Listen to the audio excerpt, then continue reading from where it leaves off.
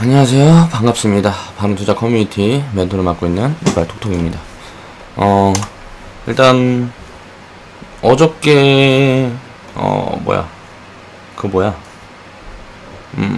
유상증자 종목이 있고 오늘 좀 살짝 반등이 들어왔죠. 그래갖고 추가 매수 비중은 이제 매도를 했습니다. 그리고 나서 이제 원래 보유하고 있던 그 비중을 보유하면서 또 이제 포지션 와서 포지션이 오면 매수 대응을 할 거고요. 지금 현재 우리 커뮤니티는 주식 비중 70%, 그리고 현금 비중 30%, 이렇게 유지하면서 지금 트레이딩 계좌는 운영을 하고 있고요. 적립 종목은 5월 종목까지 6종, 10종, 몇 종, 아무튼 그렇게 5월 종목까지 지금 채워놓은 상태죠. 이제 3개월 됐고요.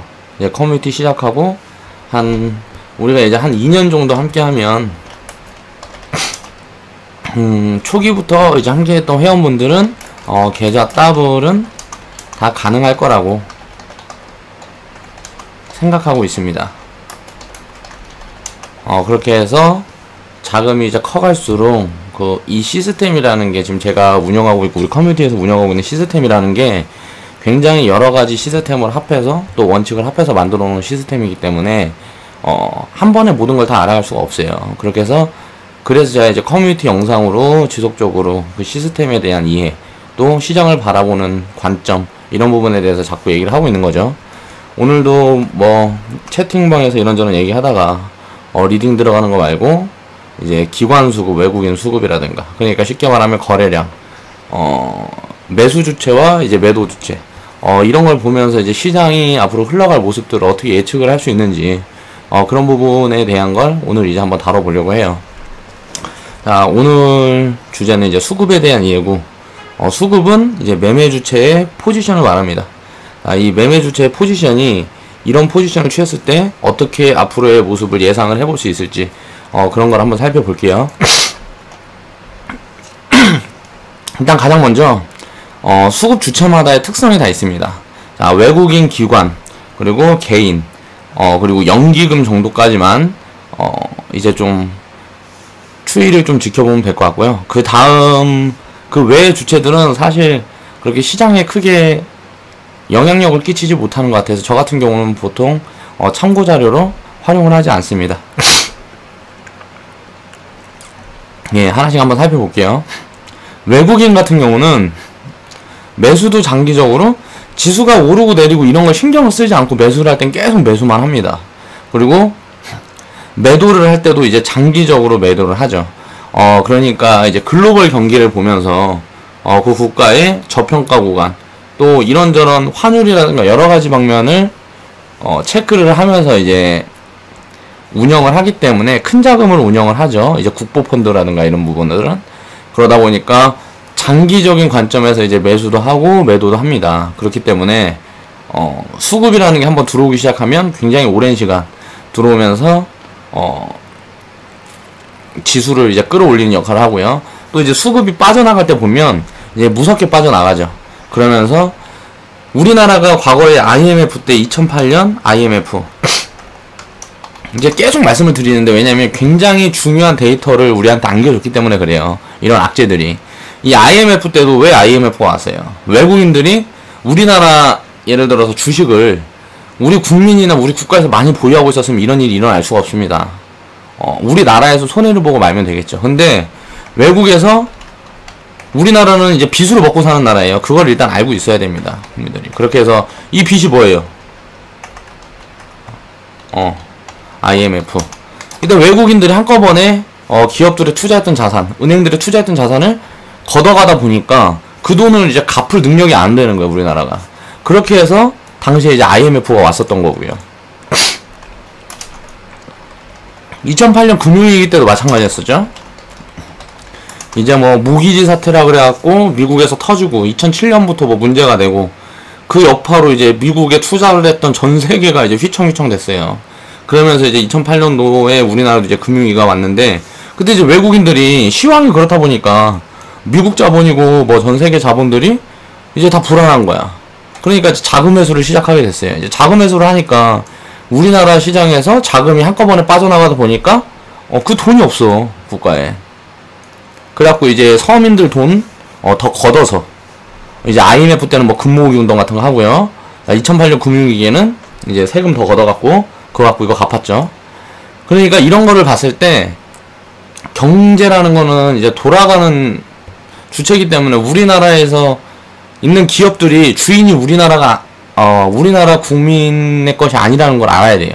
우리나라 것이 아니에요. 우리나라 기업들은 이거를 우리나라 것으로 이제 경쟁력 있는 기업들 우리나라 것으로 가지기 위해서는 국민들이 전부 주식 투자를 해야 되고요. 나라에서도 적극적으로 주식 투자를 해야 됩니다.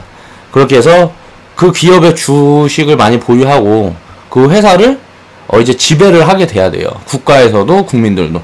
그러면서 이제 회사 운영에 대한 부분이라든가 이런 거에 대해서 영향력을 끼칠 수 있는 그런 주체가 돼야 되는데 외국인들이 다 예를 들어서 은행에서 이게 만약에 국가에서 지분을 50% 갖고 있다 그러면 은행 예대 마진이 만약에 지금 뭐 이자를 7%씩 하고 예금 금리를 1% 준다고 하면 예대 마진 6% 니네 너무 많다. 서민들 힘드니까 나라에서 예대 마진을 3% 4%로 낮추자. 그렇게 해갖고 대출 이자를 5%만 받아라. 그리고 뭐 제2금융 같은 경우나 뭐 이런 경우에는 서민들은 오히려 더 죽는 게 1금융에서 대출을 해주질 않아요. 그렇다 보니까 그거보다 이자를 더 주고 부자들이 이자를 더 주고 돈을 써야 되는데 서민들이 이자를 더 주고 돈을 쓰다 보니까 이 빈부격차는 갈수록 심해지는 거죠. 그러니까 이런 부분들을 나라에서 체크를 하고 있다 그러면 우리나라를 대표하는 이제 은행 같은 부분들은 경영을 좀 투명화를 하고 국가에서 이제 지분을 많이 확보를 해서 이제 영향력을 행사를 할 수가 있어야 되는데 그런 부분이 되지 않는다는 거죠. 그러다 보니까 서민은 계속 힘들어지는 거고. 그래서 이제 그런 경제인식을 갖추고 있으면 주식 투자를 할 수밖에 없다. 주식 투자를 한다는 거는 나라 국익에 도움이 된다는 거예요. 그러니까 우리가 부동산 투자, 투기 바람이 불어서 나 좀 어떻게 해보자고, 잘 살아보자고, 부동산 투자하고 주식 투자를 해도 담타만 하고 투기 성향이 갖고 지금 뭐 스캘핑이니 뭐니 해서 1% 매매하고 1% 수익 내는 매매하고 3% 수익 내는 매매하고 이런 걸 하면 안 된다는 거예요. 내 자산을 계속 증식시키면서 자산을 계속 불려갈 수 있는 그 복리 구조를 만들어서 기업들이 장기적으로 투자를 하는 사람들이 많아져야 우리나라 전체가 잘 살게 된다. 이런 부분들을 반드시 인지를 하고 투자를 무조건 해야 돼요. 국민들이. 선일수록 주식 투자를 많이 해야 되는 게 우리나라는 거꾸로 돼 있다고 말씀을 드렸었어요. 재벌일수록 자산을 주식 투자 비중이 높고요. 서민일수록 주식 투자 비중이 낮아요. 자, 예금을 많이 하죠. 서민일수록. 그러다 보니까 이게 빈부격차가 계속 심해지는 겁니다. 우리가 돈을 벌려면 사업을 해야 되는데 그 사업을 해서 돈을 버는 건 다 기업이에요. 그럼 그 기업들 중에서 서민들일수록 더 안전한 그런 안전한 회사에 이제 투자를 해야 되겠죠. 예를 들어서 내가 이마트 주식을 소유를 하고 있어요. 이마트 요즘 분위기 좋잖아요. 저희 커뮤니티에서도 진입을 하려다가 바닥 구간에 진입 시점을 놓쳤어요. 뭐 현금이 없어서 다른 종목도 다 가지고 있어서. 그래서 지금 많이 날라갔는데 이런 이마트 종목 같은 경우는 국민들은 무조건 갖고 있어야 돼요. 떨어지든지 올라가든지. 이마트에서 장 보는 사람들은 무조건 갖고 있어야 된다고요. 내가 거기서 물건을 사주고 거기에 소득을 주잖아요. 그러면서 이마트에서 수익 보는 부분을 내가 취할 수 있는 그런 시스템이 되어야 된다고. 이걸 자급자족이라고 하죠. 이런 부분들을 생각을 해봐야 된다는 거야. 내가 참치를 되게 좋아해. 그럼 참치 만드는 회사, 내가 동원 참치 먹으면 동원에 투자를 해야 되고요. 내가 사조 참치를 먹으면 사조에 투자를 해야 되는 거예요. 그렇게 해서 그걸 장기적으로 갖고 가다 보면 나는 참치도 많이 사 먹고 내가 참치를 많이 사 먹고 내 주변에서 참치를 사 먹을수록 그 회사가 돈을 벌면 돈을 벌수록 나도 같이 부유해지는 거예요. 그런 부분들을 인식을 해야 된다. 자, 수급에 대한 부분을 얘기한다 그러면서 또 조금 다른 얘기를 했죠. 이제 외국인 같은 경우는 그렇게 매도도 이제 장기적으로 이렇게 하다 보니까 수급에 큰 의미를 갖는다. 외국인들이 이제 수급 주체가 되게 되면 수급 주체. 쉽게 말하면 누적 순매수에서 우리는 주식을 가장 많이 하고 많이 보유하고 있는 그런 주체. 그걸 뜻해요. 외국인들이 수급 주체가 되면 장기적으로 갈 확률이 높습니다. 그리고 잠깐만 정리를 해볼게요. 외국인이 수급 주체가 되면 장기적으로 지수가 상승 확률이 높다. 이렇게 생각을 하시면 됩니다. 외국인이 수급 주체가 되면 장기적으로 지수가 상승할 확률이 높다. 이럴 때 보통 이제 대세 상승장들이 나오고요. 그게 폭이 개인들과 기관들의 보유 비중보다 외국인이 보유하고 있는 그 비중이 굉장히 크면 클수록 이제 대세 상승장이 오래 갑니다. 그리고 이제 기관 수급이 기관이 수급 주체가 되면 박스피를 높다. 자, 기관이 수급 주체가 되면 기관 같은 경우는 포지션을요, 이제 기본적 분석, 이제 기업의 뭐 이런 부분을 바탕으로 해서 실적 같은 부분에 굉장히 민감하게 반응을 합니다. 기관 같은 경우는. 그렇다 보니까 이제 뭐 고점에 팔고 저점에 사고 이런 식의 매매를 굉장히 많이 하려고 노력을 해요. 기관이라는 게. 왜? 수익을 좀 극대화하고 많이 쌓아야 이제 수익률이 많고 해야 펀드 같은 거 만들고 하면 홍보하기가 좋잖아요. 그 데이터가 있으니까 내가 수익을 이렇게 봤다. 그러니까 남들보다 수익을 더 내기 위한 그런 매매를 많이 하다 보니까 굉장히 샀다 팔았다를 많이 한다는 거죠. 그렇다 보니까 이제 조금만 올라가면 팔고, 이제 조금 내려가면 이제 좀 내려갔다 싶으면 이제 사고, 이걸 반복을 굉장히 하니까 기관이 수급 주체가 되게 되면 박스피를 만들 확률이 높습니다. 그러니까 이 수급 주체가 어떻게 보면 외국인 자본이 크게 늘지도 않고 줄지도 않고 하면서 2008년 지나고 2009년 뭐 이때부터 거의 지금까지 한 6년 동안 기관이 수급 주체라고 볼 수가 있어요. 장기적으로 큰 흐름으로 보게 되면. 그렇다 보니까 이제 이 박스피를 이렇게 계속 만들어 갔었던 거고요. 그리고 나서 이제 개인이 수급 주체가 되면 폭락의 가능성이 높아진다.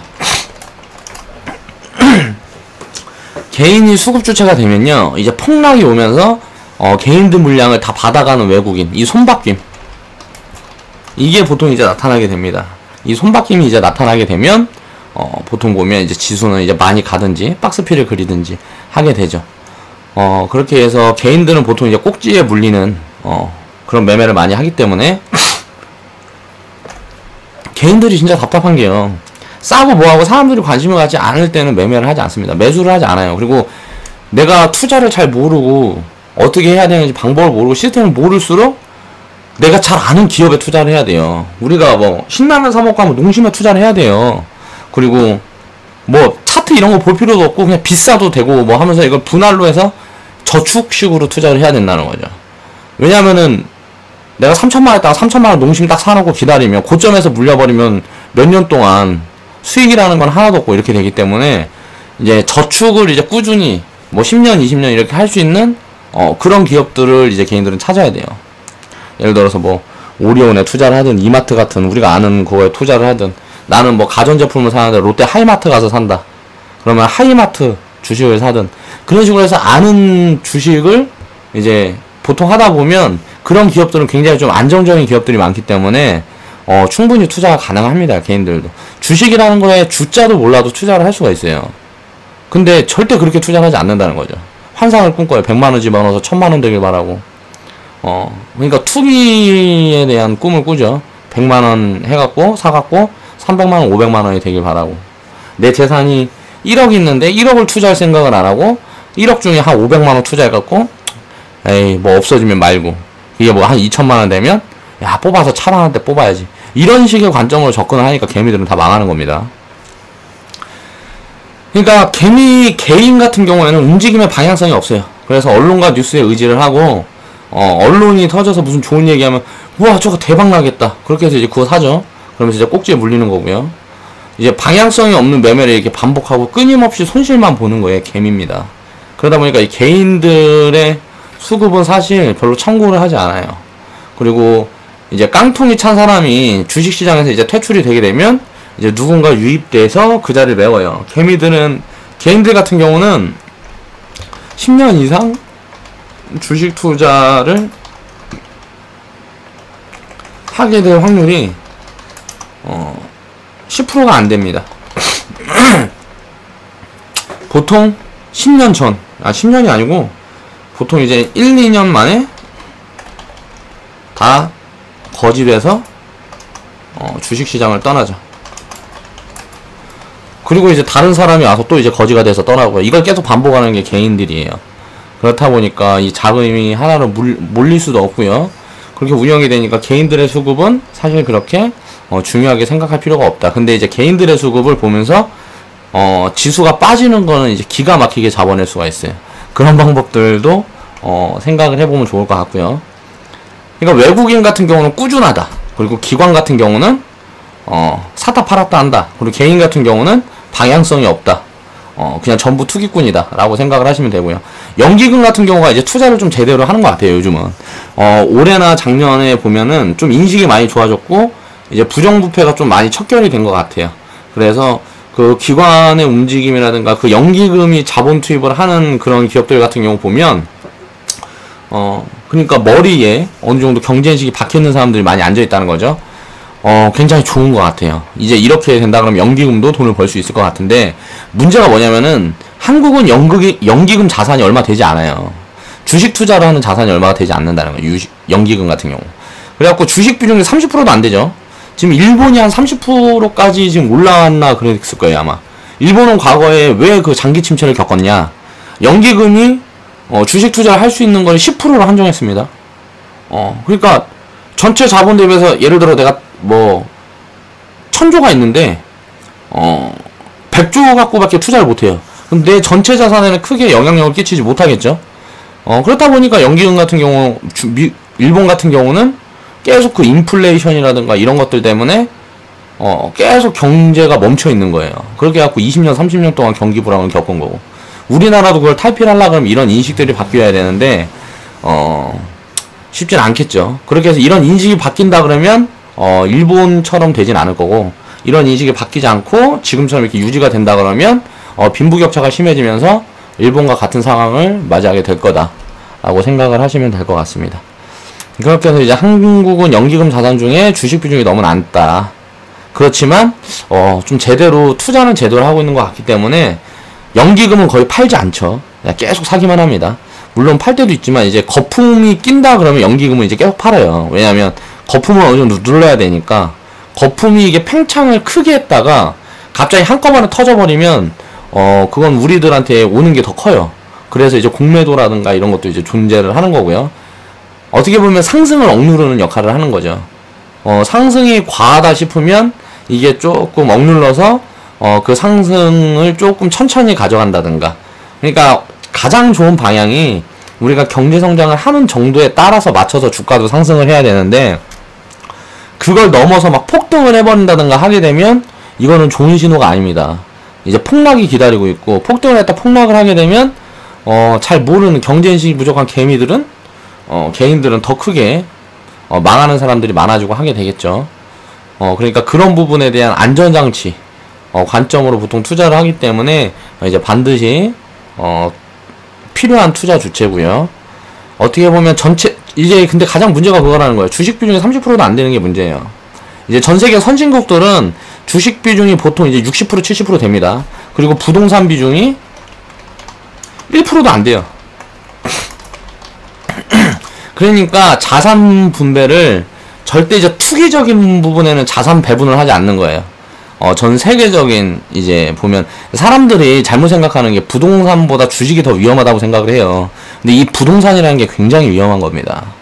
그걸 알아야 돼. 왜? 자금 회수가 이렇게 쉽게 되지도 않아요. 이거는 부동산 같은 경우는 이게 폭락을 시작해버리면, 부동산 같은 경우는 사는 사람이 나타나질 않으면 팔지도 못해요. 그리고 은행에 넘어가고 어디에 넘어가고, 왜? 빚으로 다 갖고 있으니까. 그게 여기저기로 넘어가면 경매 물건이 많아지면 이 폭락의 끝이 어딘지 가늠을 할 수가 없을 정도까지 된다는 거예요.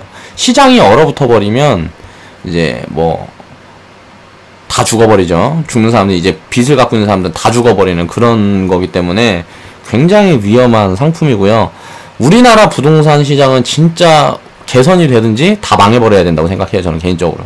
왜냐면은 건축부터 이제 시공회사라든가, 이제 건축 계열에 있으신 분들은 다 알 거예요. 건축을 하는 그 시점부터 이제 시공사, 시행사 해갖고 이것저것 해서 이미 딱 건물을 짓기 전부터 거품이 많이 껴있어요. 건축비 자체부터 거품이 많이 껴있어요. 거기에다 또 분양 들어가면서 이게 여기가 좋을 것 같고 앞으로 오를 것 같고 하면 투기 세력까지 집어넣고 하다 보면 이 거품이 어마어마하게 껴서 나온다는 거죠. 그러니까 부동산 같은 경우는 굉장히 위험한 그런 투자 상품이라는 걸 아셔야 된다는 겁니다. 그렇게 해서 아무튼 근데 지금은 조금 한국이라는 나라가 이제 경제 인식이 많이 부족한데 이런 부분들이 개선될 수 있을 거라고 그렇게 좋은 쪽으로 생각을 해야죠. 뭐 그렇게 하고 있습니다. 그렇게 수급 주체 특성을 살펴봤습니다. 자, 외국인 같은 경우는 꾸준하다. 기관은 샀다 팔았다 한다. 개인은 제정신이 아니다. 그리고 연기금 같은 경우는 이제 급등을 제어하는 역할, 그리고 폭락을 대비하는 역할을 해주는 게 이제 연기금이다 라고 생각을 하시면 됩니다. 자, 이제 그때 누적 순매 수량이 가장 높은 주체의 수급에 집중하라. 우리가 생각을 딱 해보면 돼요. 이게 누적 순매 수량이 가장 높은 주체의 수급에 집중하라는 소리는 뭐냐면요, 주식을 가장 많이 보유하고 있는 주체를 주목하라. 이들의 움직임에 따라 지수가 움직이는 방향성을 가지게 될 확률이 높다는 거예요. 그러니까 이제 나머지 주체는 이제 무시를 하고요, 주식을 많이 보유하고 있는 그런 주체에 이제 집중을 해서 그들의 움직임을 이제 분석을 해서 지수가 움직이는 방향을 읽어낼 수가 있고요.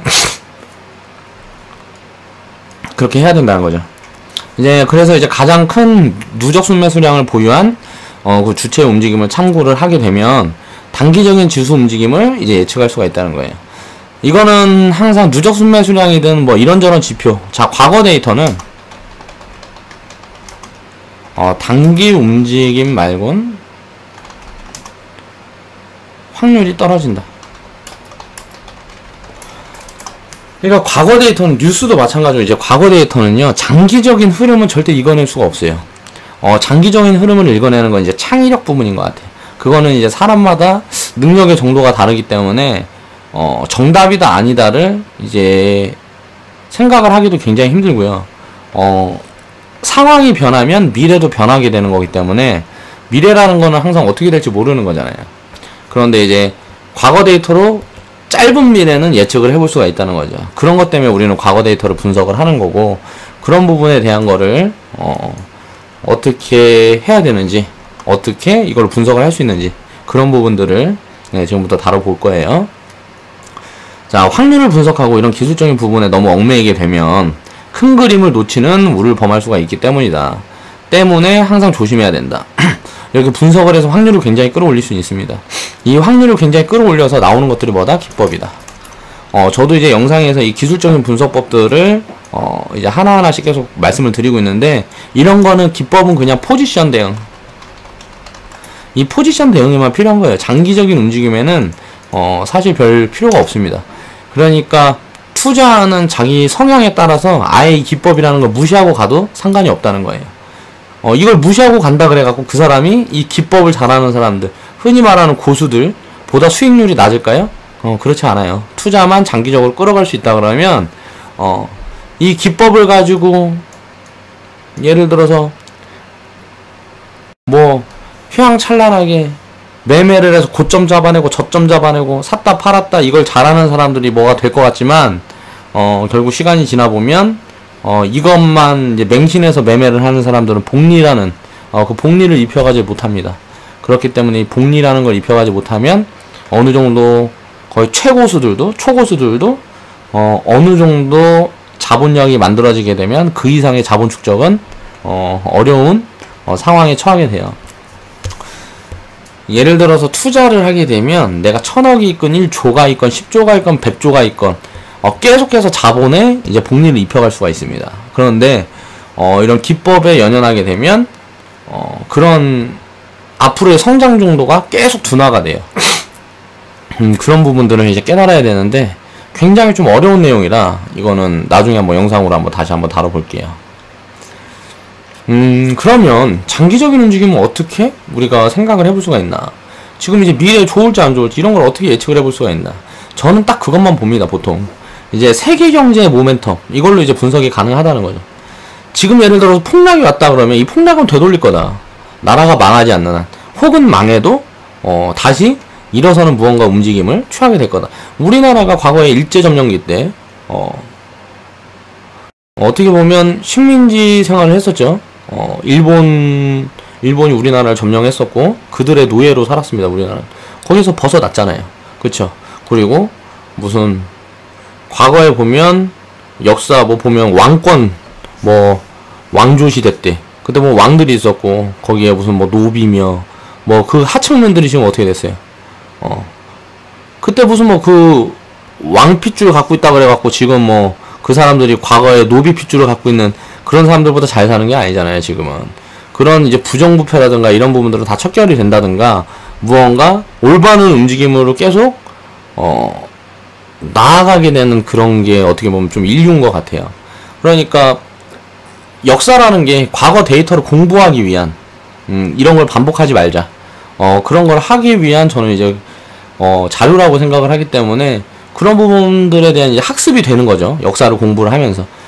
그러니까 그런 역사를 공부를 해서 우리가 학습이 돼서 내 지식 수준이 상향이 됐기 때문에 아 이걸 하면 이렇게 안 좋더라. 저걸 하면 저렇게 안 좋더라. 이런 부분들을 이제 공부를 하게 되는 거예요. 그렇게 되다 보니까 당연히 인류는 앞으로 나아갈 수밖에 없고 그렇게 돼서 점점 발전할 수 있는 게 저는 인류라고 생각을 합니다. 지금은 먹고 사는 걸 걱정하고 살아요. 서민들 대부분이. 근데 진짜 이 4차 산업이라는 게 다 입혀지게 되면 사람들이 먹고 사는 걱정을 하지 않아도 될 것 같아요. 저는 진짜 그런 생각을 해봅니다. 먹고 사는 거, 그리고 내가 잠잘 곳, 이런 것들을 이제 걱정하지 않게 되는 삶을 다 살게 되면, 우리는 지금 뭐 노동을 하는 걸 어떻게 보면 먹고 살기 위해, 하는 사람들이 많이 있잖아요. 근데 그런 부분들에 대해서 고민을 하지 않을 수 있게끔 인류가 만약에 부유해지는 상황이 온다 그러면, 서로 이제 다른 부분에 대한 무언가 또 있겠죠. 그런 부분들에 대한 모멘텀이 하나씩 생기겠죠. 가난하던 가난하지 않던 일단 먹고 사는 거를 걱정하지 않을 수 있는 시대가 이제 올 것 같아요. 일단 물가라는 부분이 이거는 이제 4차 산업이 제대로 구축되고 갖춰지게 되면 이게 의미 없는 부분이 될 것 같아요. 진짜 그냥 먹고 사는 거. 예를 들어서 먹고 사는 게 의미가 없다는 건 뭐예요? 여기에서 이제 맛을 더해서 좀 맛있는 걸 뭐 내가 뭐 추구하고자 한다 그러면 돈을 더 들여야 되고 그런 세상이 오겠죠. 근데 그냥 배고픈 사람은 없어질 수가 있을 것 같다. 이제 미래에 저는 그런 생각을 해본다는 거죠. 그래서 4차 산업이라는 게 꼭 안 좋게만 생각이 되진 않습니다. 저는 단기적으로는 많은 사람들이 힘들어 하겠죠. 일자리 줄고 일자리 없어지고 돈 벌 곳이 없으니까 물가가 내려가면 뭐예요? 내가 당장 벌지를 못하는데 그러면 이제 빈부격차는 심해질 거고 그 부분에 대한 무언가 소외계층은 반드시 나오겠지만 이제 장기적으로 보면 그런 소외계층도 이제 보듬을 수 있는 그런 무언가가 만들어질 거라고 생각을 하고 있고요. 자, 4차 산업은 과거에 우리가 보면 1차 산업, 2차 산업, 3차 산업이 다 있었습니다. 그런데 이 4차 산업은 이걸 다 합한 것보다 모멘텀이 전 더 크다고 생각해요.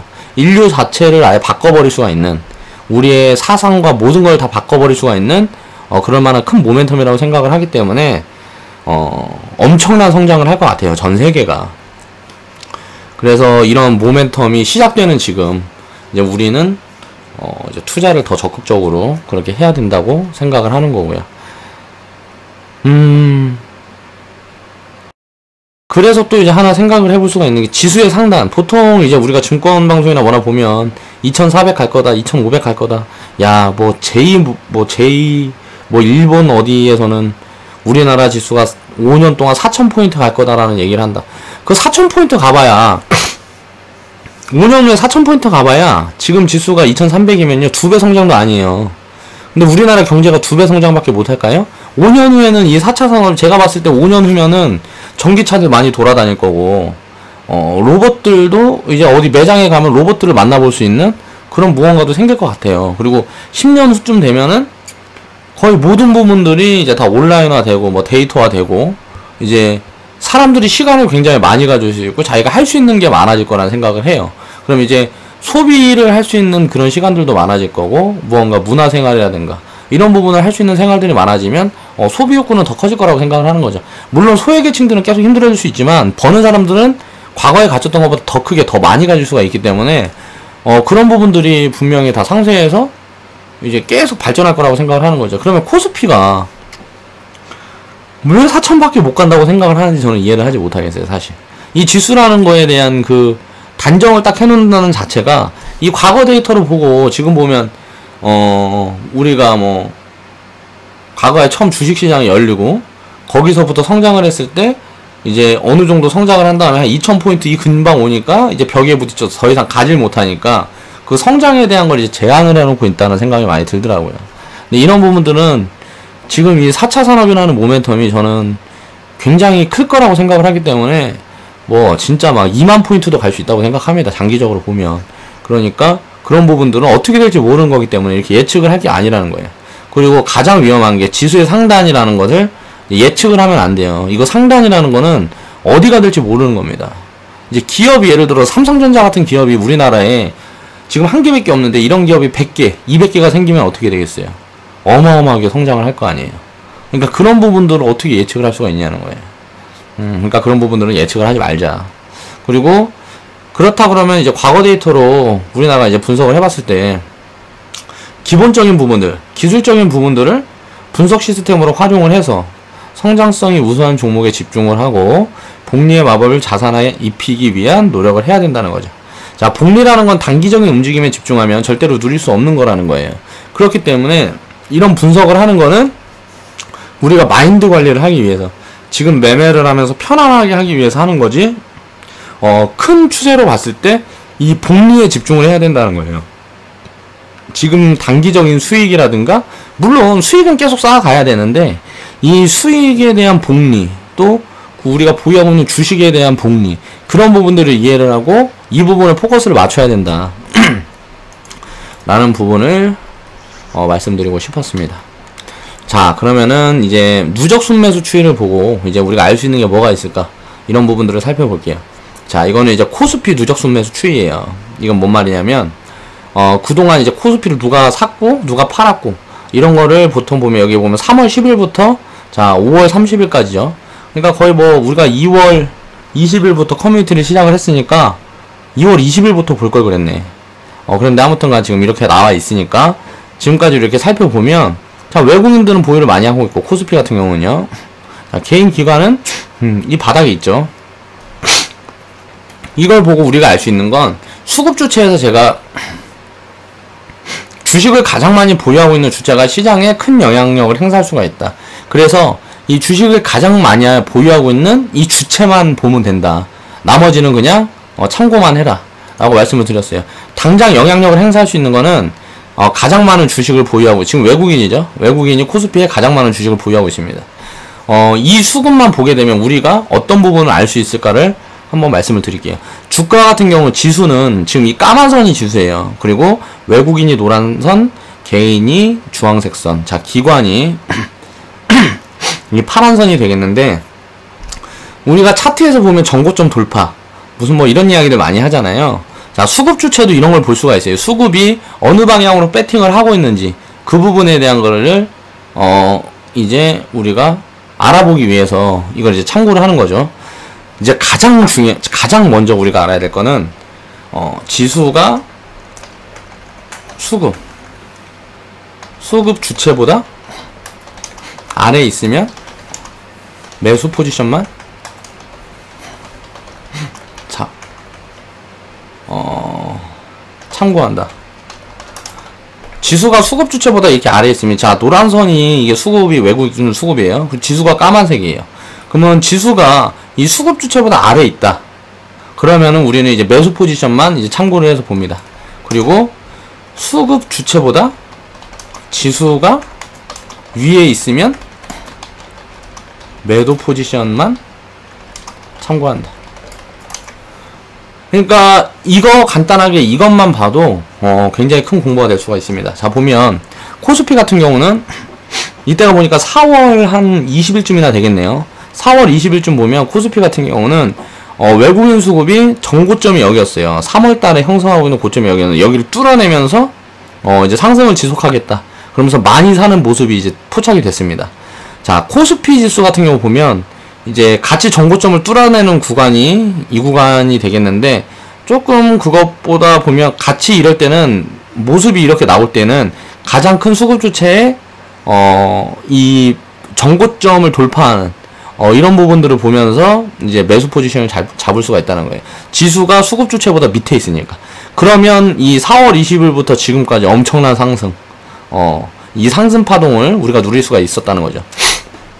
지금은 우리가 왜 주식 비중을 줄여 있냐, 이런 부분을 생각을 해보겠습니다. 지금 보면 지수와 자, 수급 주체에 지금 외국인들의 수급과 거의 지금 맞닿아 있죠. 이 녹색 선을 보면, 그럼 이 지수가 수급 주체를 이제 넘어가 버리게 되고, 이 수급 주체가 먼저 내려오는 움직임을 취하게 되면, 자, 지수는 내려올 확률이 굉장히 높아집니다. 지수가 수급 주체보다 위에 있을 때는 항상 보수적으로 대응을 해야 돼요. 그렇게 해서 이제 우리가 지금은 주식 비중을 70% 보유를 하고 있지만, 코스피 같은 경우, 코스닥 같은 경우 이 지수가 수급을 이제 넘어가는 그 슈팅 구간, 우리는 현금 확보를 늘려고 더 해서 수익 중인 종목들 이제 좀 팔아서 현금 확보를 해서요, 현금 비중을 40%에서 최대 60%, 40%에서 이제 그때 뭐 보유 종목들 이제 봐서요, 가끔은 저는 이제 막 70%, 현금 비중을 80%까지 보유하기도 합니다. 보유하기도 한다. 자, 지금 자리에서 이제 내려올 확률 얼마나 되고, 내려올 확률이 굉장히 높아졌다. 근데 수익 중인 종목들이 굉장히 많아서 이걸 싸그리 팔면 이제 주식 비중이 한 20%밖에 안 남을 것 같아. 그러면 싹 다 차익 실현을 해버리는 경우도 가끔 있습니다. 이런 부분들과 여러 가지를 저는 이제 참고로 해서 데이터를 살펴보는데, 이런 걸 보고 우리는 판단을 할 수가 있다는 거예요. 주식 비중과 현금 비중을 이런 걸 보고 대응을 할 수가 있습니다. 그리고 이제 여기 주황색 선으로 동그라미 쳐놓은 거는 이제 이 주황색 수급이 이제 개인 수급이고요. 자, 기관 수급이 이제 파란색 선이 이제 기관 수급이에요. 그런데 이제 꼭지 구간에 외국인이 내려오고, 외국인 수급이 내려오고, 기관 수급이 만약 올라간다 그러면 단기적으로는 이제 뭐 하락을 하고 할 수가 있는데 같이 올라가는 흐름을 만들어갈 때가 있습니다. 이제 만약 여기에서 기관 수급이 우상향으로 전환을 해서 외국인 수급이 조금 빠지는 듯 하다가 더 위로 올려버린다 그러면 쌍끌이 매수가 진행이 되는 거예요. 기관과 외국인의. 그러면 이제 지수는 이제 제대로 대세 상승을 시작을 합니다. 개인 수급까지 이제 같이 매수에 동참을 한다 그러면 세 주체가 다 사버리니까 당연히 지수는 폭발을 해버리겠죠. 근데 그럴 경우는 거의 저는 이제 본 적이 없는 것 같아요. 수급 주체 두 곳이 함께 매수 포지션을 잡고 있을 때 지수는 폭발적으로 상승할 수 있다. 이렇게 생각을 하시면 됩니다. 그리고 이제 수급 주체 세 곳이 한꺼번에 이제 같이 매수 포지션을 잡고 있을 때는 지수는 이제 거품이 끼게 돼요. 세 곳이 함께 이제 매수 포지션을 잡게 되면 이 거품이 끼게 되는데, 그 거품이 언제까지 갈지는 모르는 거니까 이제 꺾이는 그런 모습들을 보면서 이제 우리는 대응을 하면 되겠죠. 자, 코스닥 같은 경우도 이제 누적 순매수 추이를 한번 살펴볼게요. 코스닥은 굉장히 지저분하죠. 이게 뭐 코스피처럼 이렇게 깔끔한 게 아니고 굉장히 좀 지저분해요. 이게 종목들이 가벼운 종목들이 이제 많아서 그런 건데, 이제 한번 살펴보겠습니다. 코스닥 같은 경우는 아까 제가 말씀드렸던 것처럼 쌍끌이 매수가 진행 중이죠. 개인과 이제 외국인, 여기에서 이제 기관까지 매수세를 돌려버리고 하게 되면은 이제 지수는 이제 폭발적으로 올라갈 수가 있을 거고요. 이때 보면 3월달에 보면 개인 수급이 가장 많아요. 수급 주체를 보라 그랬잖아요.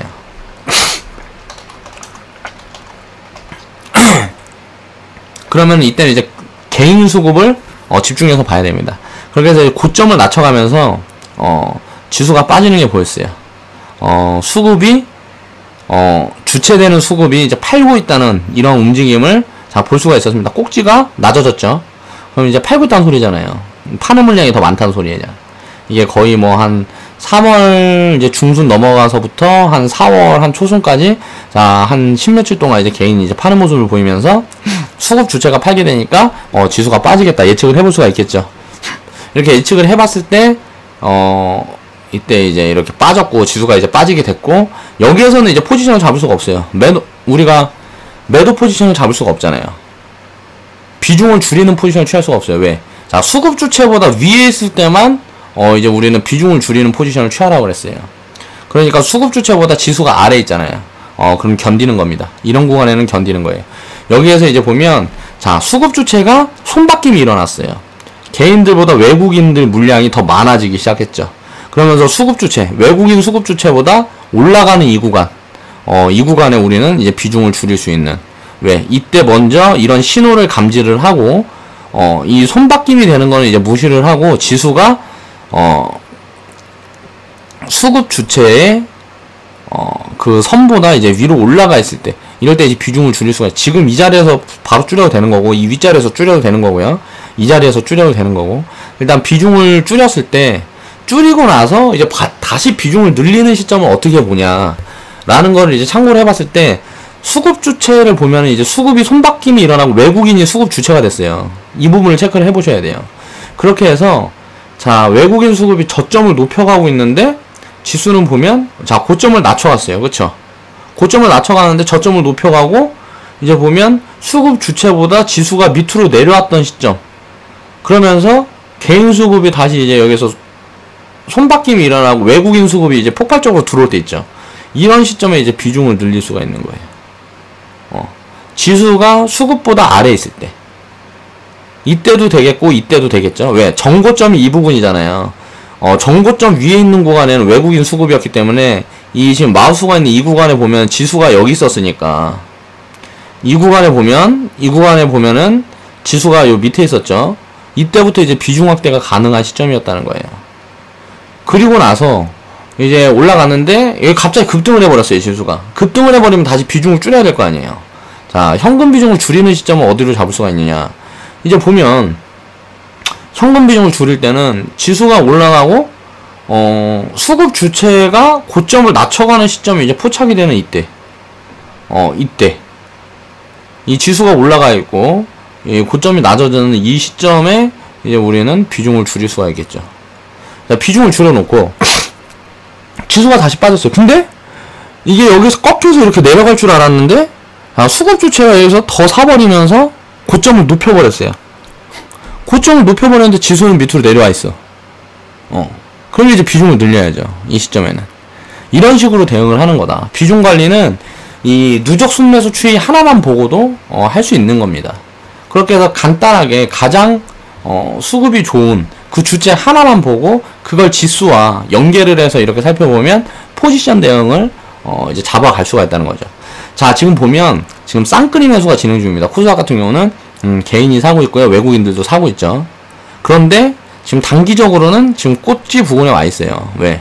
지금 지수가 지금 수급 주체를 넘어서려는 움직임을 보이고 있잖아요. 그러면 이 꼭지가 이제 낮아지는 그런 움직임이 보이게 되는 시점에 지수가 올라가 있다면 어떻게 돼요? 자, 비중을 줄여야 되겠죠. 그래서 우리가 항상 비중을 줄일 준비를 하고 있다. 이제 지수가 수급 주체의 그 선을 지금 넘어가려는 움직임을 보이고 있잖아요. 코스피도 마찬가지예요. 지금 넘어서려는 움직임을 보이고 있죠? 지금 코스닥 같은 경우도 보면 거의 넘어서려는 움직임을 보이고 있어요. 그럼 이제 꼭지가 거의 다가왔다는 거예요, 단기적으로. 그럼 이 꼭지 부분을 이런 식으로 잡아낼 수가 있다.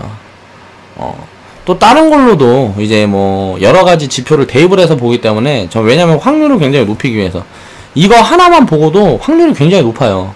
한 70% 이상, 80% 이상은 이렇게 가는 것 같아요. 이 모습대로. 나머지 20%, 30% 비중은 뭐냐? 대외 악재, 대외적인 악재, 뭐 영국의 브렉시트라든가 뭐 이런 악재가 오게 되면 그냥 바로 무너져 버립니다. 그런 건 어쩔 수가 없어요. 그러니까 그런 부분들이 아닌 그냥 정상적인 상황에서 지수 흐름을 예측을 하는 건 이런 걸 보고 가능히 하다는 겁니다. 자, 코스닥 같은 경우는 이제 단기적인 꼭지를 만들고 이제 뭐 내려오면서 다시 이제 비중을 확대할 수 있는 시점이 오기 전에 우리는 또 뭘 집중을 해봐야 되냐. 개인 수급은 너무 들쑥날쑥이라 우리가 주체로 이제 살펴보기가 힘들다 그랬어요. 근데 이제 기관 수급이 만약에 여기서 들어오고 외국인이 지금처럼 사자세를 유지를 하고 간다 그러면 어떻게 될까요? 자, 코스닥은 이제 급등이 오기 시작합니다. 이때부터 이런 시점이 보이게 되면 이때 이제 대세 상승이 시작이에요. 그래서 제가 아직은 대세 상승이 아니라고 말을 하는 겁니다. 지금 이제 단기 꼭지 이 부분을 만들어내고 이제 단기 저점을 이제 만드는 시점에 기관 수급이 들어올 확률이 굉장히 높아요. 그러면 이제 대세 상승장이 진짜 시작이 되는 거예요. 지금 코스피 같은 경우는 슬슬 움직임을 보이고 있어요. 기관들이 이제 살라고 꾸물꾸물 지금 보이고 있죠. 움직임들을 취하고 있단 말이에요. 외국인 같은 경우는 매수세가 지금 확 좀 줄었어요. 그러니까 이 부분이 좀 이제 정리가 되면서 함께 사기 시작할 때, 외국인과 기관이 함께 사기 시작할 때, 그때는 이제 대세 상승장이 시작되는 겁니다. 그러면은 그때는 어떻게 해야 된다? 주식 비중 90% 돼. 단기 저점에도 단기 고점에도 주식 비중 70% 돼요. 대세 상승장엔 이렇게 주식 비중을 이렇게 유지를 하면서 우리는 대응을 할 겁니다. 그렇게 해야 올라가는 종목들이 훨씬 많아져요. 대세 상승장에 전부가 다 가는 겁니다. 한 종목만 뭐 일정 섹터만 이렇게 가는 장은 대세 상승장이 아니에요. 종목 장세예요. 그런 장세에는 지수가 크게 가질 못합니다. 그렇기 때문에 이 대세 상승장이라는 거는 전체 주식이 다 가는 거기 때문에 이럴 때는 주식 비중을 최대한 많이 보유를 하고 가야 되는 거예요. 그래서 그런 부분들을 지금 여러 가지를 분석을 하면서 잡아가고 있다라고 생각을 하시면 됩니다. 그래서 이런 부분은 여러분들도 이런 간단한 방법으로 알아볼 수가 있다는 겁니다. 그리고 이제 그날의 수급을 알아보는 방법, 티커 툴바라고 있어요. 잘 모르시는 분들은 그냥 증권사에 전화해서 물어보세요. 어떻게 이거 추가할 수 있나요? 차트에 차트에 추가하는 게 아니고 어떻게 HTS에 추가할 수 있나요? 물어보면 증권사에 다 알려줄 거예요. 티커 툴바. 그렇게 해서 그날의 수급을 통해 우리가 알 수 있는 거를 한번 살펴보겠습니다. 이게 오늘 건데요. 오늘 보면 자, 코스피가 눌렸어요. 뭐 장중에는 마이너스 7%까지 뭐 눌렸었다가 이제 반등을 살짝 했는데 보면 종목들이 코스피가 빠졌는데 코스피 상승 종목이 531개예요. 하락 종목은 270개? 그럼 800개 종목 중에 70%가 올랐다는 거죠. 이게 무슨 말이에요? 지금은 빠지는 장이 아니라는 거예요. 상승 종목이 더 많다. 그럼 뭐가 빠졌다? 지수가 무관한 지금은 종목별 장세고 지금 빠진 종목은 삼성전자 그리고 SK 하이닉스만 빠졌다고 보시면 돼요. 그리고 IT주들 그동안의 대장주들이 이제 제가 누누이 말씀드린 것처럼 이제 하락을 시작하는 거예요. 이제 조정기에 접어든 거고 그 종목들이 뭐 모멘텀이 그 종목들도 굉장히 좋기 때문에 그런 기업들도 굉장히 좋기 때문에 영원히 무슨 뭐 여기서부터 뭐 10년 이렇게 하락할 거라는 얘기를 하는 게 아니에요. 박스피를 그려갈 확률도 높고요. 이제 이만큼 시황이 좋으면 경쟁이 심화되고 하기 때문에 더 이상의 성장 매력이 둔화되어 있다. 저는 이렇게 판단을 한다는 거고 IT 섹터나 이제 OLED 섹터 같은 경우는 그렇게 판단을 하고 있는 겁니다. 이제 뭐 내년까지 좋다 그래도 그 이후에 꺾이게 될 확률이 높기 때문에 주가는 항상 6개월 선행해서 움직여요. 그러면 6개월 이후에 지금 뭐 2분기, 3분기 실적이 좋을 거는 이미 다 알고 있어요. 그 부분은 주가에 선 반영이 돼 있다는 거예요. IT나 OLED 같은 경우는. 그 이후의 움직임이 계속 만약에 실적이 좋아질 그런 기미가 보인다 그러면 조정을 받았다가 이제 상승을 한번 더 크게 할 거고 그때 만약에 실적 추이가 조금 꺾이기 시작한다 그러면 이제 제대로 이제 하락을 시작하게 되는 거죠. 그럼 지금 이제 진입을 했던 개인들이나 뉴스에서 맨날 좋은 말만 하니까 내가 갖고 있는 종목들은 안 가. 바닥에서 가질 않아. 좋은 종목이라고 막 분석 다 해갖고 샀는데 가지 않고 무슨 뭐 남들이 비싸다 그러는 IT만 가고 OLED만 가고 해갖고 못 견디고 지금 갖고 있던 거 팔고 IT로 갈아탄 사람들. 만약에 근데 그게 실적이 안 좋아지고 뭔가 그런 움직임이 포착이 됐다. 그때부터는 이제 장기 투자가 아닌 장기 버티기가 돌입되는 겁니다. 그거를 이제 매일 반복하는 게 이제 개인들이에요. 그래서 참 안타깝고. 그래서 항상 분석을 해야 된다. 공부를 해야 된다는 걸 말씀을 드리는 거고요. 자, 우리는 이제 코스피가 이렇게 빠지는데 코스피 상승 종목, 하락 종목을 보면서 지금은 이제 종목별 장세다. 지수가 빠져도 가는 건 간다. 이런 장세라는 걸 알 수가 있다는 거예요. 그러면 어떻게 해야 돼요? 코스피 종목 중에도 지금 싼 구간에 있는 거, 바닥 구간에 있는 종목들은 계속 매매를 해도 된다는 거죠. 적극적으로 포지션을 취해야 된다는 거예요. 전체를 다 팔고 있지 않다는 소리예요. 그렇다 보니까 이제 보면 오늘 외국인 수급이 뭐 코스피가 400억 팔고 기관이 29억 팔았는데 전부 IT, OL이면 많이 팔아갖고 다른 것들 사고 남은 돈을 코스닥에 집어넣은 거예요, 외국인은. 그렇게 볼 수가 있습니다, 이걸로. 자, 외국인 포지션을 분석을 해보겠습니다. 코스닥을 한 700억을 샀어요. 740억 정도 사고, 코스피는 이제 400억 매도를 했고, 선물 500억 매도를 했다. 그럼 합해갖고 1000억 매도잖아요. 이게 선물과 주식을 같이 판다는 건 하방으로 배팅을 한다는 거예요. 이제 제대로 이거를 수급을 보려 그러면 코스피 같은 경우는 2,500억 이상, 그리고 코스닥 같은 경우는 이제 한 500억 이상, 그 정도 수급이 들어왔을 때 의미를 볼 수가 있습니다. 코스닥은 지금 700억이 들어왔죠. 매수세가 진짜 엄청 강하다는 거예요. 500억 이상 들어왔다는 거는 매수세가 굉장히 강하다는 겁니다. 그렇게 생각을 하시면 되고, 코스피 같은 경우는 그러니까 1000억 매도라고 보시면 돼요. 자, 이걸 보면 코스피 지수 하방에 외국인들은 베팅을 하고 있다. 자, 지금 수급 주체가 누구예요? 외국인이죠. 그럼 코스피는 눌릴 가능성이 굉장히 높다는 거죠. 그리고 이제 대장주 매도를 하고, 다른 것들을 이제 순환매하면서, 순환매로 싸진 종목들을 이제 매수를 계속 하고 있기 때문에 이게 종목별 장세가 펼쳐지는 거고, 매도 물량이 많이 안 나오는 것처럼 보이는 거예요. IT나 이쪽에는 지금 매도 물량이 굉장히 많이 나오고 있을 겁니다. 그렇게 보이고, 이제 기관 같은 경우를 살펴보면 코스피, 코스닥을 다 팔고 있는데 이건 무슨 뭐 29억, 18억 이거는 의미가 없죠. 이런 건 이제 무시를 하고 보면 선물을 1900억을 샀다. 코스피 상방에 1900억을 배팅을 했단 소리입니다. 그럼 제가 2500억 이상 배팅을 했을 때는 굉장히 의미를 지닌다는 거죠. 지닌다고 했어요. 그러면 2500억은 아니어도 1900억이면 꽤 많이 들어왔다는 거예요, 코스피로. 그럼 이제 코스피를 이제 사기 시작했다고 생각을 해보시면 됩니다, 기관은. 그리고 코스피 지수 상방 포지션을 취하고 있는 건데, 지금 당장은 눌리더라 그래도 기관은 계속 살 것 같아요. 왜? 계속 개인들이 이제 다 환매를 하고 해가지고 기관이 주식을 갖고 있는 비중이 없어요. 이제 사야 돼요. 코스피든 코스닥이든 뭐든 사야 돼서 둘 다 막 사야 돼요, 지금 기관은. 그래서 당장 이제 주식은 지금 너무 올라와 있으니까 뭐 사기가 애매하니까 선물 쪽으로 먼저 포지션을 잡고 있는 것 같습니다. 지금 보면 기관이 코스피도 바닥에 있고 코스닥은 완전 뭐 더 바닥에 있죠. 물량이 없어요, 아예. 물량이 아예 없단 말이에요. 자, 코스닥이 610포인트도 안 됐을 때 거의 한 600포인트 그 구간에 보유했던 물량만큼을 가지고 있어요, 기관은. 그러니까 이거는 뭐 기관은 지금 뭐 물량이 아예 없다는 거고, 지금 뭐 기관은 이제 코스피 같은 경우도 물량 보면은 지금 이제 뭐 2100포인트, 130포인트? 지금 지수가 지금 2300포인트잖아요. 근데 2130포인트 이 구간에 있는 물량을 보유를 하고 있어요. 얼마나 소외됐어요, 지금 기관은. 지금 외국인들만 돈 벌고 있다고. 그러니까 이런 부분들 때문에 기관은 코스닥이나 코스피건 막 싸그리 담아야 돼요. 그래갖고 대세 상승장이 시작하면 기관과 외국인 수급이 이제 쌍끌이 매수로 전환을 하면서 대세 상승장을 이제 시작할 확률이 높다는 거고요. 자, 개인 수급은 이제 참고 자리로 의미가 없어서 이제 안 본다 그랬어요. 개인들의 수급은 투기꾼이 99%예요. 그러니까 개인 수급은 의미가 없어요. 왜? 돈 버는 수급을 봐야 되는데 계속 손해만 보는 수급이에요, 개인들은. 사서 팔고 하는데 사는 걸 비싸게 사고 파는 걸 이제 싸게 파는 그런 것만 반복하는 게 개인들이다 보니까 개인들의 수급은 그래서 이제 의미를 두지 않는다. 근데 개인 수급 중에 하나 의미 두는 게 있습니다. 어저께였죠, 어저께인가?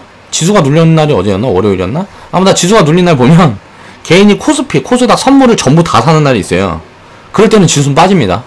그날은 빠지는 폭을 확대할 확률이 굉장히 높아요. 그러니까 그런 날은 이제 매도 포지션을 최대한 많이 잡으면 되고요. 이제 개인이 코스피, 코스닥 선물을 전부 사는 날이 있어요. 전부 파는 날이 있어요. 이런 날은 이제 거의 급등이 옵니다. 개인이 이제 코스피, 코스닥 선물을 전부 파는 날은 굉장히 강할 때가 있어요. 그래서 제가 과거에 이제 파생을 할 때 확률을 보면 접은 적이 없어요. 개인이 전부 이렇게 살 때는 매도 포지션을 잡는 거예요, 파생. 그리고 개인이 전부 다 팔 때는 이제 매수 포지션을 잡는 거예요. 나머지 날은 파생을 안 하고 쉬어. 이러면은 파생하는 사람도 굉장히 좀 안전하게 할 수가 있습니다. 물론 공부를 많이 해야 되겠죠, 그 부분에 대한 것도. 이런 것도 이제 팁으로 드리는 거고. 이제 코스닥은 이제 외국인이 700억 순매수를 했다는 거는 코스피를 3000억 산 것과 다름이 없다는 거예요. 왜 그러냐? 지금 코스피 지수가 지금 코스닥보다 4배가 비싸요. 그렇죠? 그럼 뭐 4배가 비싸니까 만약에 코스피의 4분의 1만 사면 코스닥은 많이 상승을 할 거 아니에요. 똑같은 수급으로 볼 수가 있다는 거죠. 왜? 굉장히 그만큼 자산 규모가 작으니까, 코스닥은. 자금을 그러니까 700억 코스닥에서 700억 사고 코스피를 예를 들어 1000억을 샀다. 그러면 코스피를 더 샀다고 보면 됩니다. 코스닥을 700억을 사고 코스피를 2000억 샀다. 그래도 코스닥이 수급이 더 좋은 거예요. 그런 부분, 그렇게 살펴보면 되고요.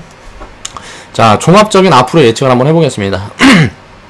이런 걸 토대로 이제 예측을 해봤을 때, 이것만이 아니고 제가 다른 거를 보는 것들도 많은데, 굉장히 좀 어려운 것들도 보는 게 많기 때문에, 쉬운 거, 가장 수급에 대한 부분을 쉽게 이해할 수 있는 부분들을 오늘 지금 살펴본 거예요. 이게 누적 순매수 추이로 이제 살펴볼 수가 있고, 단기적인 움직임을 이제 예측을 할 수가 있고, 이제 티커 툴바, 이걸 활용해서 그날의 수급을 보면서, 아, 오늘 얘네가 이런 생각을 하고 있구나, 이런 걸 이제 알 수가 있다는 거죠. 자, 앞으로의 예측을 해보겠습니다. 코스피는 이제 조정을 받을 거예요. 지금 수급들이 다 그런 부분을 이제 만들어주고 있죠. 그리고 이제 저렴한 코스닥으로의 순환매가 돌면서 코스닥은 상승을 할 거다. 코스닥이 상승폭이 더 클 거라는 거고요. 자, 코스피는 이제 종목별 장세 순환매가 마무리되는 시점에 본격적인 이제 코스피 하락장이 펼쳐질 확률이 높다. 저는 이렇게 생각을 하고 있고, 코스닥은 기관 수급이 이제 사자로 들어서는 순간에 폭발적인 상승을 시작할 것이다. 자, 기관 수급이 쌍끌이로 외국인과 개인이 수급이 지금 쌍끌이 매수로 돌아서고 진행을 하고 있는데, 여기서 기관 수급이 보태지면 큰 세 주체가 지금 다 사게 돼요. 그러니까 만약 기관 수급만 지금 상황에서 나머지 수급들이 유지가 되고 기관 수급만 들어와서 같이 힘을 보탠다 그러면 코스닥은 이제 급등을 시작할 겁니다. 그때가 이제 본격적인 대세 상승의 시작이 될 거라고 말씀을 드리는 거고요. 자, 4차 산업의 모멘텀, 그리고 이제 글로벌 경제 호황의 움직임이 유지되는 동안에는 4차 산업 모멘텀이 당장 뭐 1, 2년, 2, 3년 안에 끝날 게 아니잖아요. 5년, 10년, 20년, 30년 갈 거란 말이에요. 그럼 이 4차 산업 모멘텀이 부착되어 있는 동안에는 주식 투자를 최대한 계속 늘려가면서, 자산을 늘려가면서 저축을 계속하고 하면서 이렇게 하게 되면 뭐 5년, 10년 후에는 인생이 달라질 거라고 자신합니다. 그러니까 그런 부분에 대한 공부를 이제 계속 하시면서 투자를 할 수 있는 방법을 계속 고민을 해보세요. 그렇게 해서 이런 움직임이 유지되는 동안에는 대세 상승의 확률이 매우 높은 흐름으로 지금 진행이 되고 있습니다. 그러니까 앞으로 많이 갈 거예요. 지수가, 제가 코스닥이 그때 뭐 2000포인트, 3000포인트 갈 거다 하니까 덧글로 누가 이상한 소리 하고 있다 뭐 이런 얘기를 많이 하는데, 나중에 보세요. 그렇게 되나 안 되나. 그렇게 됐을 때 또 제가 언급할게요. 내가 말하는 대로 다 되고 있잖아요. 그리고 이제 모멘텀이 살아있는 대외악재로 지수가 폭락을 한다. 지금도 이제 만약 북한에서 무슨 핵 얘기 나오고 뭐하고 하면서 지수가 갑자기 폭락한다 그러면 언론에서 이제 더 떠들 거예요. 자, 북한이 핵 쏴서 우리나라 지수가 떨어졌다. 자, 어때요? 북한이 이제 뭐 핵발사 뭐라 그래야 돼, 미사일 발사 계속하고 뭐하고 할 때 지수가 계속 올랐죠. 근데 이제 또 이제 그 상황에 맞춰가고 지수가 빠지기 시작하면 그 탓으로 돌리는 거예요, 언론은. 항상 그렇다. 이제 예를 들어서 뭐 트럼프 탄핵 뭐 이런 부분들이 이슈가 돼서 이제 주가가 안 빠지면 그냥 넘어가요, 무난하게. 그러다가 트럼프 탄핵 이슈가 뭐 부각되면서 지수가 빠지면 그것 때문에 이제 지수는 빠졌다 뭐 이런 식으로 얘기를 한다는 거지. 지수가 높으니까 빠지는 겁니다. 지수가 싸니까 오르는 거고. 그런 언론과는 아무런 영향이 없어요. 그냥 끼워 맞추기를 할 뿐이다, 언론은. 그러니까 그런 부분에 대해서 생각을 하지 말자. 그 언론이나 뉴스는 심리를 흔드는 거예요. 사람의 심리를 가지고 매매를 할 수는 없잖아요. 내 자산을 투자를 해서 매매를 할 수는 없다. 그럼 확률이 굉장히 떨어지고 예측이 불가능하다. 그러니까 예측이 가능한 과거 데이터만 우리는 참고를 하자. 그리고 이제 과거 데이터를 분석할 수 있는 건 단기적인 흐름뿐이라는 거죠. 이거 제가 지금 말씀드리는 거는 다 단기적인 흐름이잖아요. 보세요, 지금. 자, 단기 꼭지에 도달해 있다. 이제 지수 까만 선이 지금 보면 수급 주체, 가장 강한 수급 주체를 지금 위로 돌파하려고 그러고 있다. 그럼 지수가 단기적으로 꼭지로 지금 꼭지 확률이 지금 보이고 있다. 더 가지 못할 거다. 여기서 만약에 조정을 받게 되면 어떻게 될까요? 자, 계속 수급은 위에 있잖아요. 그러면은 비중을 계속 유지라고 가도 돼요. 근데 이거를 만약에 돌파를 해버리면, 자, 과열권에 넣는 거예요. 지금 지수가 너무 많이 가버렸어요. 지금 수급들이 요만큼만 가라고 사고 있는데 지수가 더 가버렸어. 그럼 어떻게 돼요? 이건 거품이라는 거죠. 거품은 항상 빠진다. 그럼 팔아야죠. 자, 지금도 보면 이렇게 밑에 있을 때는 다 이제 크게 올라오죠. 자, 수급 주체가 이렇게 팔고 있어도 크게 올라와요. 수급 주체가 팔고 있어도 이 수급 주체보다 밑에 자리 있을 때 이게 크게 올라온다고요. 그런데 이 수급 주체를 위로 돌파하는 순간에 이제 내려오죠.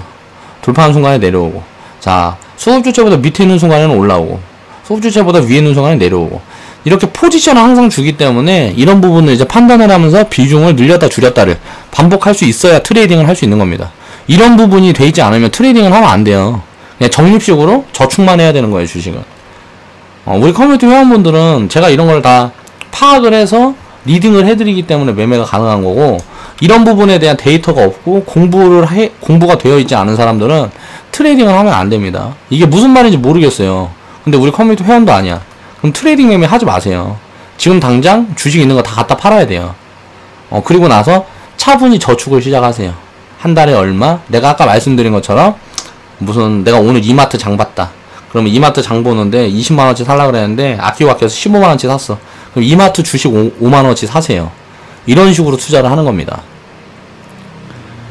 진짜 실생활에 투자를 입혀야 돼요. 그래야 부자가 될 수 있습니다. 그런 걸 생각을 해보셔야 돼요. 그냥 뭐 증권사 말들, 뭐 애널리스트 말들 제 말도 듣지 마세요. 투자를 진짜 저축으로 제대로 장기적으로 하고 싶으신 분들은 항상 금액을 정하세요. 예를 들어 내가 옷을 사러 갈 건데 오늘 현대백화점을 갈 거야. 근데 샤넬 백을 살 건데 300만원짜리 살 건데 메이커를 좀 낮춰. 샤넬보다 조금 처지는, 그러니까 짝퉁이 많아서 또 뭐 그거는 좀 그래. 그 뭐야, 루이비통은 짝퉁이 너무 많아서 좀 들기 좀 그런데, 명품 만들기는 좀 쪽팔리고, 그럼 압구정 롯데월드 거리 가서 그냥 개인 브랜드들, 그런 거 이제 뭐 백 사고, 예를 들어 지미추 살 것 같으면 지미추 뭐 백을 사고 싶은데, 700만원 살 거 제일 싼 거, 150만원 이쁜 거 고르고 골라서 싼 거 샀다. 그럼 550만원어치 현대백화점 주식 사세요. 그렇게 하는 거예요, 투자는. 그러니까 그렇게 투자를 하고 그냥 가격이 얼마고 신경 쓰지 말고 사면서 계속 사요, 그렇게. 그렇게 사다가 5년, 10년 지나 있으면 내 재산이 내가 과거에 그 백 산 돈, 먼 산 돈, 이런 돈들은 다 내 통장에 다 들어와 있습니다. 그러니까 투자는 그렇게 하는 거고, 만약에 트레이딩을 해서 수익을 더 극대화하고 싶다, 주식 투자를 좀 전문적으로 하고 싶다 하는 사람들은 공부를 해야 됩니다. 이런 공부가 안 돼 있는데, 수익을 극대화하고 싶다 그러면 커뮤니티를 들어오시든지, 아니면 여러 전문가들 중에 괜찮은 사람들도 좀 있어요. 한 1000명 중에 한 10명 정도는 있습니다. 그러니까 저도 그 중에 하나고요. 그런 사람들을 찾아서 그쪽에 좀 도움을 받으면 되겠죠. 그런 거에 대한 판단, 이 사람이 제대로 된 사람이다 아니다라는 판단은 본인이 해야 되는 거고, 만약에 난 그런 사람들도 믿지 못하겠다, 스스로 공부를 하셔야 됩니다. 스스로 공부를 하셔서 스스로 매매를 하세요. 근데 이런 거 저런 거 다 모르겠다, 다 싫다 하는 사람들은 그냥 저축 개념으로만 투자를 해라. 그래야 망하지 않는다 라는 걸 말씀드리는 겁니다. 지금 제가 오늘 말씀드린 것들도 여러분들은 하나도 몰랐잖아요. 그러면서 주식 투자 계속 하고 있는 분들도 많을 거예요. 그런 사람들은 안망에 있으면 정말 운이 좋은 거예요. 아무튼 그렇다. 그렇게 해서 4차 산업 모멘텀은 1차, 2차, 3차 산업의 모멘텀을 합한 것보다 큰 모멘텀이기 때문에 지수가 얼마까지 갈 거다? 뭐 이런 식으로 예측을 하는 거는 다 쓰잘데없는 얘기다. 만약에 2400 얘기하면 2400 가면은 뭐 3000 얘기할 거고, 만약에 4000 얘기했는데 4500 가면은 야, 10,000포인트 갈 거다 얘기할 거예요. 그러니까 그런 것들은 예측이라는 게 뭐 의미가 없는 거이기 때문에 그런 거는 이제 예측을 하지 말자. 로봇이 이제 거리에 돌아다니고 자율주행차가 돌아다닐 쯤에 코스피 코스닥 1만 포인트가 넘어가도 이상할 게 없다는 거죠. 로봇이 거리에 돌아다니는 게 이게 5년 후에 돌아다닐지 15년 후에 돌아다닐지 이건 아무도 모르는 거잖아요. 이게 5년 후에 돌아다니고 5년 동안 갑자기 급등해버릴 수가 있어요, 지수도. 로봇이 길거리에 돌아다니는데 만약 15년이 걸린다. 그러면은 이렇게 천천히 상승을 하겠죠, 경제는. 그러니까 그런 부분들은 이 미래가 현재가 되는 그 시점에 판단을 해도 늦지 않은 거니까 미래에 대한 예측은 참고 자료로만 사용을 하고 단기적인 예측만 과거 데이터로는 할 수가 있다. 자, 오늘은 이제 수급에 대한 이해. 자, 각 주체별의 이제 수급을 어떻게 판단을 하고 어떻게 이걸로 우리가 투자를 하는데 참고 자료로 이용을 할 수 있는지 그 부분에 대해서 살펴봤습니다. 그리고요, 제가 이제 이번 주 주말부터는 오늘 제가 좀 영상을 좀 늦게 만든 게 카페를 하나 만들었어요. 무료 카페. 이 무료 카페는 이제 계좌 상담이라 그래서 여러분들이 보유하고 있는 뭐 종목 상담 이런 건 안 할 거예요, 저는.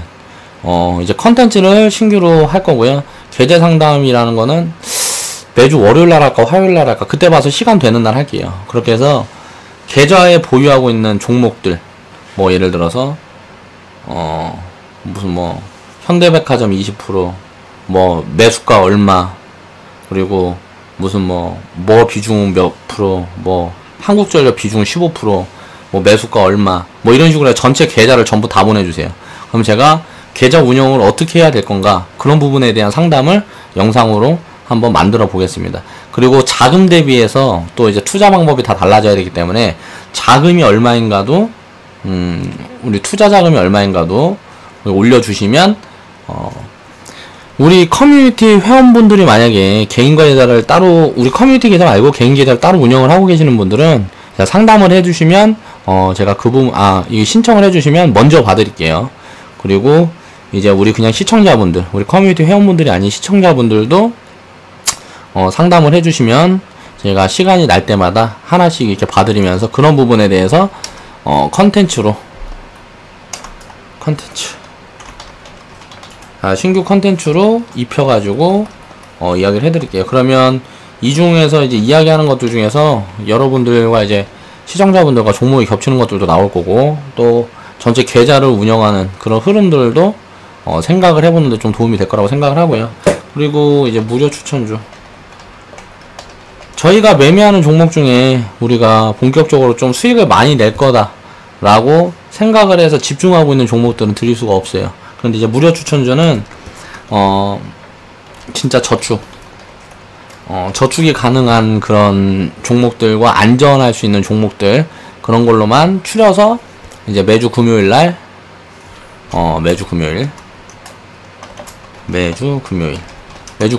이제 한 종목씩 드리겠습니다. 그렇게 해서 무료 추천들을 보시고, 이제 시청자분들, 우리 커뮤니티에 들어올 여력이 안 되시는 분들이나 스스로 매매하시는 분들은 이런 부분들을 참고를 해서 좀 투자에 도움이 됐으면 좋겠고요. 계좌 상담 같은 경우는 원래 제가 이런 거 잘 안 하려고 그래요. 되게 귀찮아서 잘 안 하려고 그러는데, 했다가 예를 들어서 내가 팔려고 했는데 팔았다가 올라가 버리면 또 좋은 소리도 못 듣고 하니까 내가 안 하려고 그래요. 근데 내 지인들한테는 절대 안 합니다. 이런 거 뭐 주식 팔아요, 주식 사세요, 뭐 이런 말 지인들한테 절대 안 해요. 내 지인들은 제 살아가는 여자 말고는 내가 주식을 하는 것도 다 몰라요. 주변에다 얘기를 안 해요. 과거에 이런 부분들을 얘기를 해서 내가 골머리 아파본 적이 몇 번 있어서. 근데 남이니까 내가 이걸 대충 한다는 소리가 아니고 내 의견은 들어보면 투자에 도움이 될 거라는 거죠.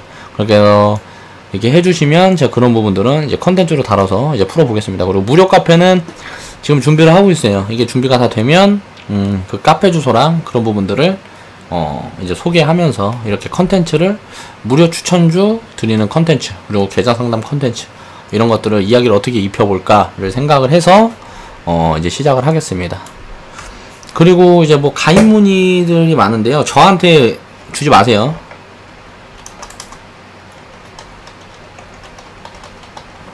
카카오톡 아이디 TOC22 TOC22 카카오톡 아이디 검색하셔서 문의를 주시면 이제 매니저님이 커뮤니티 가입 문의 주시면 상담을 해드리고, 또 이제 가입 절차는 그렇게 밟아서 우리 커뮤니티에 들어오시면 됩니다. 가입비는 지금 60만원 진행 중이죠.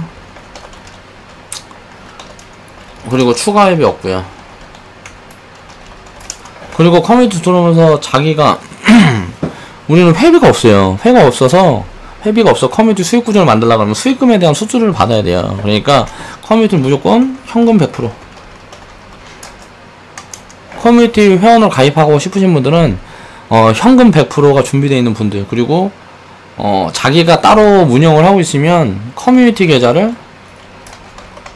따로 만들어서 가입해라 하시길. 커뮤니티 계좌를 따로 만들어서 이제 가입하시는 분들만 가입이 가능합니다.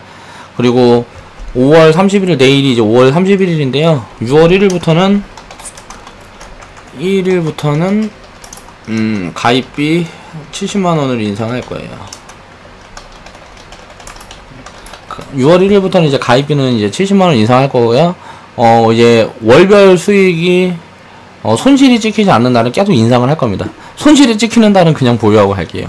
근데 이제 월별 계좌 수익이 수익률이 이제 플러스로 찍히는 달은 이제 금요일날마다 계좌복을 하고 있으니까 내가 뭐 거짓말 할 수는 없잖아요. 그리고 회원분들도 다 운영을 하고 있고 계좌복을 같이 해주고 계시니까. 그렇게 해서 말일날 5월 내일이구나 이제. 내일 이제 말일날 월말 보고 날이니까 이제 우리 커뮤니티 월말 보고를 하고 그리고 나서 가입비는 이제 70만원 인상을 하고 100만원까지 그냥 인상을 하고요. 그 다음부터는 어떻게 될지 모르겠어요. 좀 생각 중입니다.